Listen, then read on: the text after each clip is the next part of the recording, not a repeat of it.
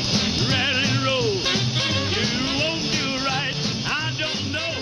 Shake. So we're standing here in our new temporary exhibit, Shake, Rattle, and Roll, which focuses on the music history of Anderson County, and it's going to run into the early fall of the year, probably September or so.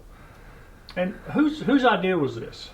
Well, a lot of our ideas come from a lot of different places, so I don't think there's one person that can claim this one. I know that Donna Roper, who was a long time museum employee and also been a great volunteer for us, she wanted to have a big part in this for a long time.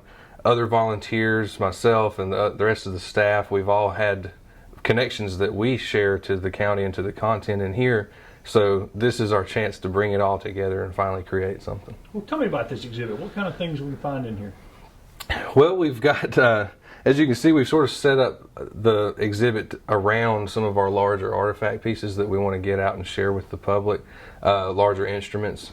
It was a great chance to do that, but the main thing that we're highlighting in here are certain connections that Anderson County individuals have or locations have to the larger music history of the nation. The title itself, Shake, Rattle, and Roll, comes from the story of Evelyn McGee Stone, who married Jesse Stone, who was a writer of Shake, Rattle, and Roll in the 1950s. So she was a local Anderson singer who grew up singing in churches and with her family, and then had a very successful music career of her own. So those kinds of people are our jumping off points for exploring how music has shaped our society and the way that we view the past, either through music education or in religion, political expression, any of these different roles that music can play in our lives. There are certainly individuals highlighted in each section, and then also some of the broader themes that we discussed too alongside them, and sort of just weave it into the past.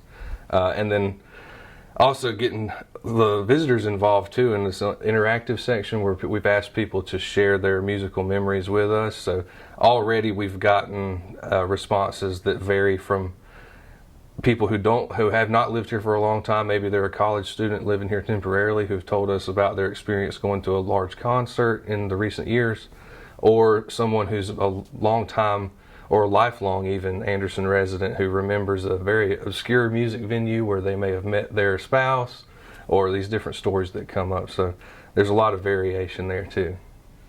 Were you surprised at all the connections between Anderson and the music world?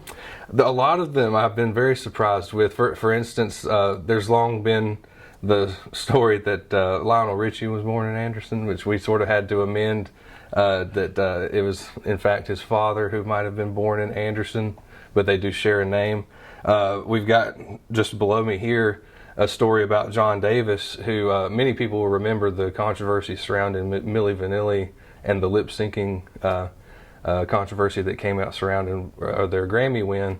And John Davis from Anderson was the voice that was singing. That's who you heard. So different people like this who have popped up, and we're able to share their stories with the public through this exhibit. So another good thing that happens when we do an exhibit like this is that information continues to roll in even after the opening. So already we have had a family who noticed the photograph of Claude Roberts, who's been included in the exhibit, and they have come in and shared additional information about his life. Before this, all we had was a really cool photograph of an Equinox Mill employee with his guitar.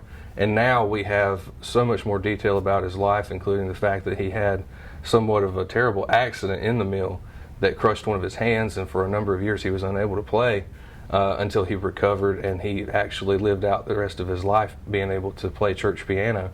So we have so many more details like that flood in after an exhibit comes open. So another reason that we encourage people to come and see it for the duration. Yes, we are open 10 to 7 on Tuesdays and 10 to 4 Wednesday through Saturday.